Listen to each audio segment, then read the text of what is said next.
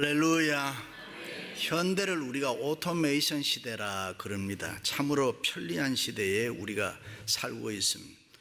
하루만 지나도 모든 게 달라집니다.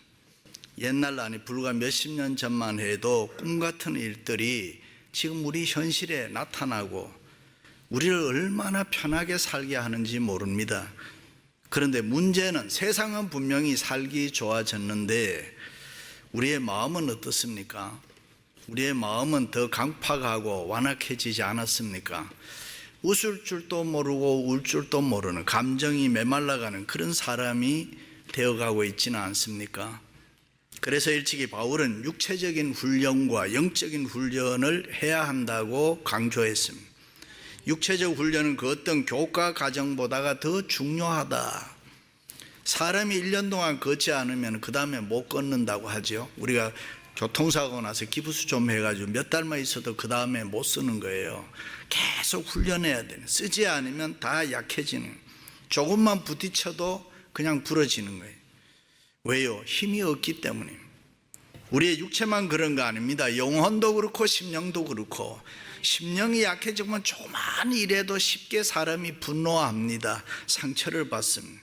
조그마한 일에도 섭섭해지고 또 시험에 자주 듭니다. 그러므로 육체나 영혼, 심령이나 마음은 열심히 훈련해야 돼요. 예배를 열심히 드려야 되고 찬송 열심히 해야 되고 기도 열심히 해야 되고 그렇게 훈련을 해야 됩니다. 그래야 강해지고 그래야 튼튼해지고 건강해지는 것입니다. 힘이 넘치게 되는 것입니다. 그렇습니다. 우리의 육체와 영혼은 그저 쉽게 만들어지는 거 아닙니다. 저절로 되는 매지컬 체인지라는 게 없습니다. 오랜 훈련을 통해서 트랜스포메이션 된다. 변화된다. 그래서 우리가 항상 교회에 나와서 주님께 예배하면서 가까이 나가도록 노력을 해야 돼요.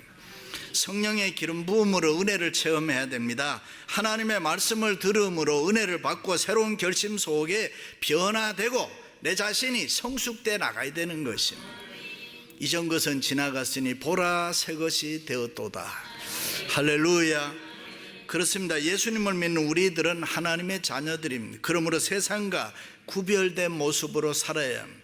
거룩하고 경건한 영적인 나시린으로 살아야 됩니다. 믿습니까? 나시린이 뭡니까? 구별된 자, 성별된 자를 나시린이다. 다시 말해서 일평생 동안 스스로 자신을 구별하여 하나님의 사람으로 성별된 자로 살아가는 사람, 그리고 사람들에게는 신령한 감동을 주는 그런 삶을 말하는. 누가 그렇게 해야 됩니까? 우리들, 예수 믿는 우리들, 영적으로 거듭난 그리스도인들입니다. 성경은 우리를 가리켜서 그래서 거룩한 성도라 했습니다. 바울은 그리스도 예수 안에서 선한 일을 위해서 지음받으신 사람들이다. 그러므로 우리는 나시린으로 살아야 될 줄로 믿습니다. 그런데 요즘에 보면은 세상이 다 그렇고 장로도 그렇고 권사도 그렇고 집사 목사도 다 그래. 적당히 세속화되어 가면서 세상과 짝하여지는 데 익숙합니다. 그러나 우리는 속지 말아야 됩니다. 우리는 택함 받은 하나님의 자녀, 빛의 자녀들입니다. 십자가에 보혈이 흐르는 사람들입니다. 거룩한 백성으로 구별된 자들인 줄로 믿습니다. 할렐루야. 그러므로 우리는 하나님의 자녀 나시린으로 이 세상을 향해서 거부할 수 있어야 되는 것입니다. 일찍이 다니엘의 세 친구 사드락 메삭 아벳느고는 바벨론의 모든 사람들이 느부갓네살 왕이 만든 금신상 앞에 다 절했습니다. 그런데 그들은 안 했습니다. 풀무불 속에 들어가 죽는다는 걸 알면서도 죽으면 죽으리라 바벨론을 따르지 않고 끝까지 거부했습니다. 다니엘도 그랬습니다. 온 나라가 다 왕을 숭배했지만은 왕을 숭배할 수 없다 거부하고 사자굴에 던져짐을 받아 죽을 위기에 처했음에도 불구하고 아니다, 나는 하나님의 자녀다. 그렇다면 우리는 어떤 생각을 하고 우리는 이 세상을 어떻게 살아가야 됩니까? 성경은 일찍이 너희는 유혹의 욕심을 따라 썩어져가는 구습을 따르는 옛 사람을 벗어버리고 오직 너희의 심령이 새롭게 되어 하나님을 따라 의와 진리의 거룩함으로 지으심을 받은 새 사람을 입으라. 너희는 세상과 구별되어 나시린으로 살아라. 믿습니까?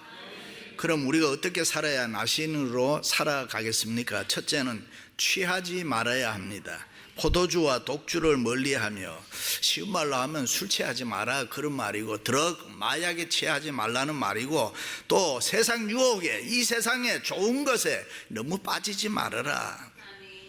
현대교회에서 술, 담배 얘기하면 시대 뒤떨어진 목사라는 것도 저는 알아요. 요즘 어느 때입니까? 이런 설교하면 교인들이 부담돼요. 싫어하는 것도 알아요.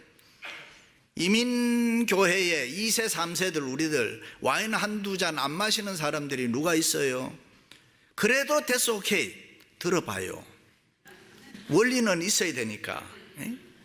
시대에 뒤떨어진 얘기 같지만 진리는 진리니까. 하나님을 섬기는 하나님의 자녀는 이 마음, 정신을 흐리게 하는 것을 먹고 취하면 안 된다 이 말이에요. 술 취하지 말라 이는 방탕한 것이니, 우리 정신을 흐리는 거 있으면 거부해야 돼요. 사람들은 그래요. 예수 믿는 사람들 다 술 먹더라, 장로도 먹더라. anyway, 그래도 나는 안 먹는다, 나는 예수 믿는 사람이다, 뭐 그런 결심이 좀 필요하단 말이죠. 신앙생활이라는 것은 정신 똑바로 차리고 해도 하기 힘들어요. 그런데 여러 가지 죄와 불의가 판을 치고 있는 악의 세력에 득실거리는 이 세상에 우리가 마음과 정신이 희미해지면은, 취하면은 하나님을 기쁘시게 해드릴 수가 없습니다. 사람이 술에 취하면은 자기는 괜찮다고 하는데 말도 제대로 안 되고 걸음걸이도 제대로 안 된다고 하고 행동도 자기 마음대로 안 된다고 합니다. 그래서 술 깨고 난 뒤에 이래 했다고 하면 내가 그랬던가, 나는 하나도 기억이 없다. 술 취하면 브레인 테이프가 끊어져 버린단 말이에요. 우리의 주위에도 술 취해서 불행한 일들, 불미스러운 일들, 안타까운 일들 많습니다. 와이프 가버리고, 가정 깨지고, 자녀들 불행해지고, 뭐 그런 일이 얼마나 많은지 모르요. 어느 집사님이 술이 취해서 몸도 잘 가누지 못하고 집에 돌아오는데 3살 먹은 어린 아들이 아빠를 보면서 아빠 그러면서 박수를 치고 반겼습니다. 아빠가 기분이 너무 좋아서 아들을 번쩍 들어 올려서 자기 어깨에다가 무등을 태웠습니다. 그리고 빙글빙글 돌다가 넘어졌는데 그때 어깨에 올려놓은 아들이 그냥 떨어져서 즉사해버렸어요. 그런데도 아버지는 술이 취해서 아무것도 모르고 그 옆에 쓰러져 쿨쿨 잠만 잤다. 뒤늦게 이것을 본 아내가 졸도했습니다. 오랜 시간 후에 깨어난 아버지는 자기가 술 취할 때문에 술을 먹어서 아들이 죽었다는 것을 깨닫고 죄책감에 시달리다가 정신병동에 들어가고, 그리고 나와서 1년 만에 죽었습니다. 그렇습니다. 예수 믿는 성도는 술에 취하지 말아야 돼요. 정신이 흐려지면 안 되는 것입니다. 우리의 영혼을 흐리게 하는 것, 우리의 정신을 혼란스럽게 하는 것은 무조건 멀리해야 돼요. 취할 가능성이 있는 것은 아예 처음부터 가까이 하지 말아야 됩니다. 그래서 바울은 악은 모양이라도 버리라. 술과 마약만 그런 거 아니죠. 하나님 섬기다 보면 반드시 죄는 아니지만 우리 믿음 생활, 교회 생활하는데 방해되는 게 얼마나 많은지 몰라요. 사람마다 다릅니다. 그러나 TV, 인터넷, 간음증, 음란물 중독자, 숨어서 보는 자, 어떤 예보가 옷 벗고 70억 벌었다 그러잖아요. 신문, 잡지, 골프, 낚시, 카지노, 노름, 장기, 바둑, 등산, 무엇이든지 조금 도에 지나치면은 이 신앙의 방해를 받는다는 거예요. 어떤 사람은 탐욕, 욕심, 도적질, 한인마켓에서 도둑놈 잡고 보면 교회 권사들이 그렇게 많다 그러잖아요. 교만, 게으름, 시기, 질투, 명예, 뭐 이런 거 있단 말이죠. 그런 걸 내가 예수 믿는데 나시린으로 성도로 살아가는데 방해된다 하고 하면은 단호하게 끊어버려라. 이 세상에 유행이 얼마나 많습니까? 머리 모양도 길었다 짧았다, 가지각색의 물감도 다 들여. 어떤 아버지가 아들이 물감을 이상한 걸 들으니까 야 이놈아 왜 그런 물감 들이냐니까 아버지는 왜 흰머리를 검은 머리 물감 들이고 있냐 이렇게 하더라고요. 눈동자도 물감을 다 집어넣어 가지고요 가지각색이나. 그게 다 나쁘다는 건 아닙니다. 때로는 시대가 변하면서 유행을 우리가 안 따라갈 수가 없죠. 심리학자들의 말을 빌리면 여자들은 몸이 아파 병원에 누워 있으면서도 자기 외모에 신경을 쓴다는 거예요. 그래서 가끔 신방 오지 마라 그런 분들 있죠. 사느냐 죽느냐 하는 시간에도 자기의 아름다움이 다른 사람에게 어떻게 평가되느냐 거기에 신경을 쓰니까 여자들이라는 분은 대단하죠.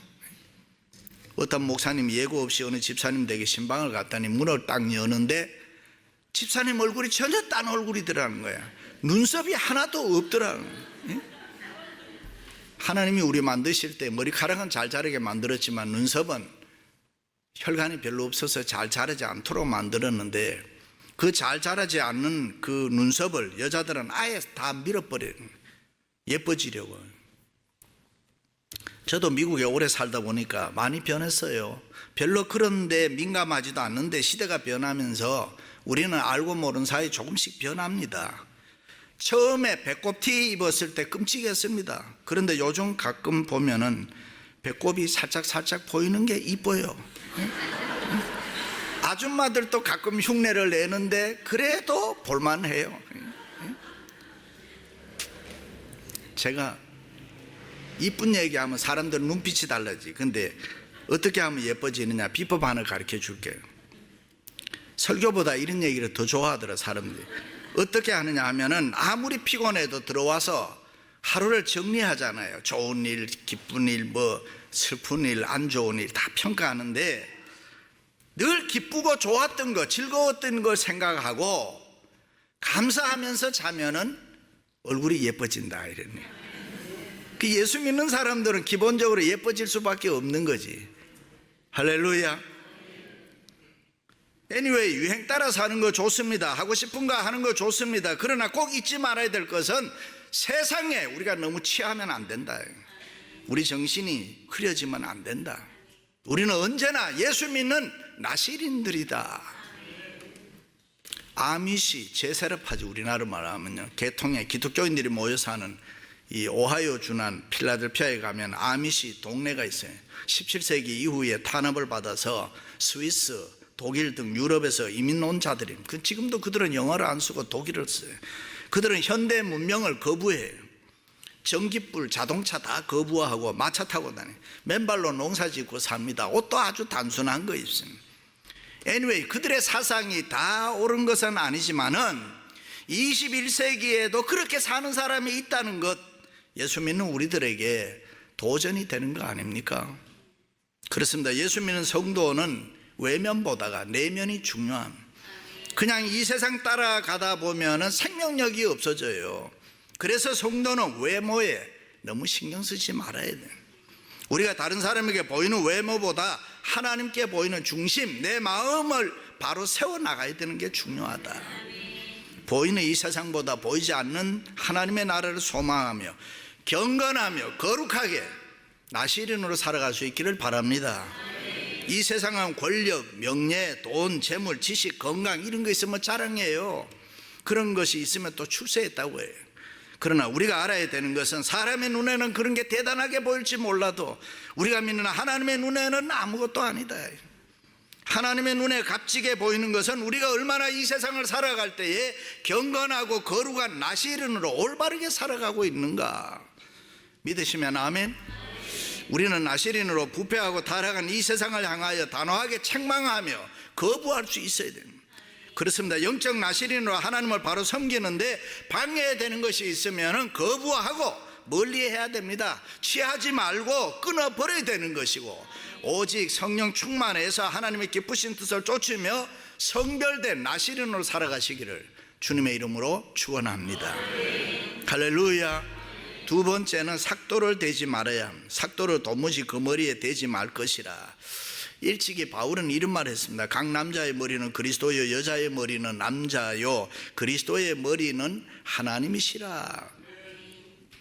여자의 긴 머리는 남자에게 순종을 의미한다고 했습니다. 다시 말해 나시린의 긴 머리는 하나님께 대한 순종을 의미한다. 삭도를 대지 말라는 것은 하나님의 권위를 인정하면서 살아라. 하나님의 말씀에 절대 순종해라. 그것이 믿음이다. 그렇습니다. 우리 자신이 스스로 새로운 결심을 해야 됩니다. 나는 오직 하나님의 말씀 앞에 순종하는 자세를 가져야 되겠구나. 하나님의 말씀이면 내가 물불 가리지 아니하고 무조건 순종해야 되는구나. 주여 말씀하옵소서, 내가 그대로 살겠습니다. 할렐루야. 복음은 사람을 근본적으로 변화시키는 거예요. 우리가 참으로 예수님을 믿고 예수님 안에 우리가 살게 되면은 예수님께서 우리 속에 성령을 보내사 우리를 다 새롭게 만듭니다. 마치 녹슨 쇠붙이가 용광로에 들어가서 강한 불꽃에 녹아질 때에 새로운 도구가 만들어지는 것처럼 우리도 예수 그리스도 안에 들어가서 성령의 불꽃에서 녹아질 때에 새로운 사람으로 완전히 변화되는 것입니다. 그렇습니다. 성령은 우리의 인격과 삶을 변화시키는 것입니다. 하나님의 말씀을 아멘으로 받고 그대로 순종하면은 우리의 생활 속에 기적이 나타나고 역사가 나타나는 것입니다. 믿습니까? 어떤 며느리가 불임을 해서 아이를 못 낳았습니다. 안타깝게 여기던 시어머니가 목사님께 안수 기도 받으러 왔습니다. 목사님이 권사님하고 집사님 앉으라고 손을 얹고 열심히 기도해 줬어요. 태의 문을 열어주세요. 새 생명 주세요. 그런데 며느리가 반응이 없는 거예요. 신앙이 없으니까 입을 꼭 다물고 끌려오기는 끌려왔는데 시어머니한테. 그런데 옆에 있는 시어머니는 마음 믿음이 좋으니까 신앙이 좋으니까 아멘 아멘 목사님 기도할 때마다 나중에 누가 임신을 했게. 믿음은 불가능한 것을 가능하게 한다. 내 상식 위에 믿음을 더하든가 내 지식 위에 믿음을 더하는 거 아닙니다. 내 경험에 믿음 더하거나 보태는 거 아닙니다. 전혀 있을 수 없는 불가능한 일을 예수님께서 할 수 있다고 믿고 순종하는 것이 믿음의 능력이라. 할 수 있거든요. 무슨 말이냐? 믿는 자에게는 능치 못한 일이 없느니라. 할렐루야. 일찍이 삼손이 하나님의 말씀에 순종해서 나시린으로 이스라엘의 사사가 되었을 때는 하나님의 능력을 받았습니다. 블레셋이 두려워하는 하나님의 사람이 됐습니다. 그러나 하나님의 말씀에 불순종해서 머리에 삭도를 댐으로 하나님 주신 능력이 그를 떠나버렸다. 그리고 그는 블레셋 사람들에게 붙잡혀서 두 눈이 뽑히고 짐승처럼 연자맷돌을 돌리는 조롱의 대상이 되었다.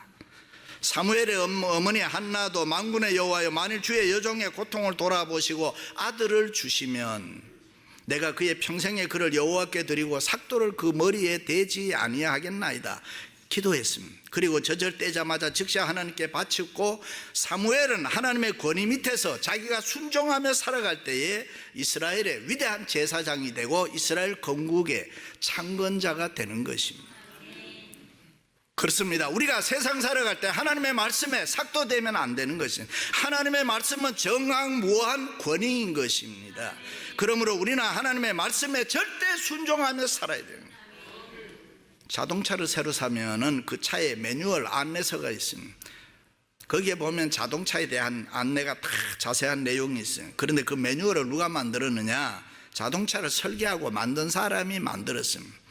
그렇습니다. 우리를 만드신 하나님이 우리에게 주신 매뉴얼이 뭡니까? 그것이 바로 하나님의 말씀, 성경인 것입니다. 믿으시면 아멘? 그 말씀대로 순종하며 살면 아무 탈이 없어요. 행복하게 살 수 있어요. 잘 살 수 있어요. 성공할 수 있어요.